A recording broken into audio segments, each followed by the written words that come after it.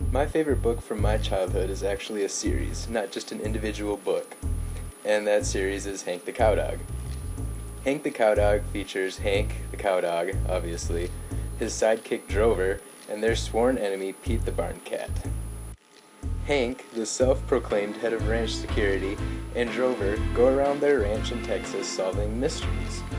What originally turned me on to this series was that it was a mystery series, a series of mystery novels, which are interesting themselves, but then the main characters are dogs, and a cat, I guess, but that whole thing just made the stories more interesting to me. What got me hooked was the fact that they were on a ranch.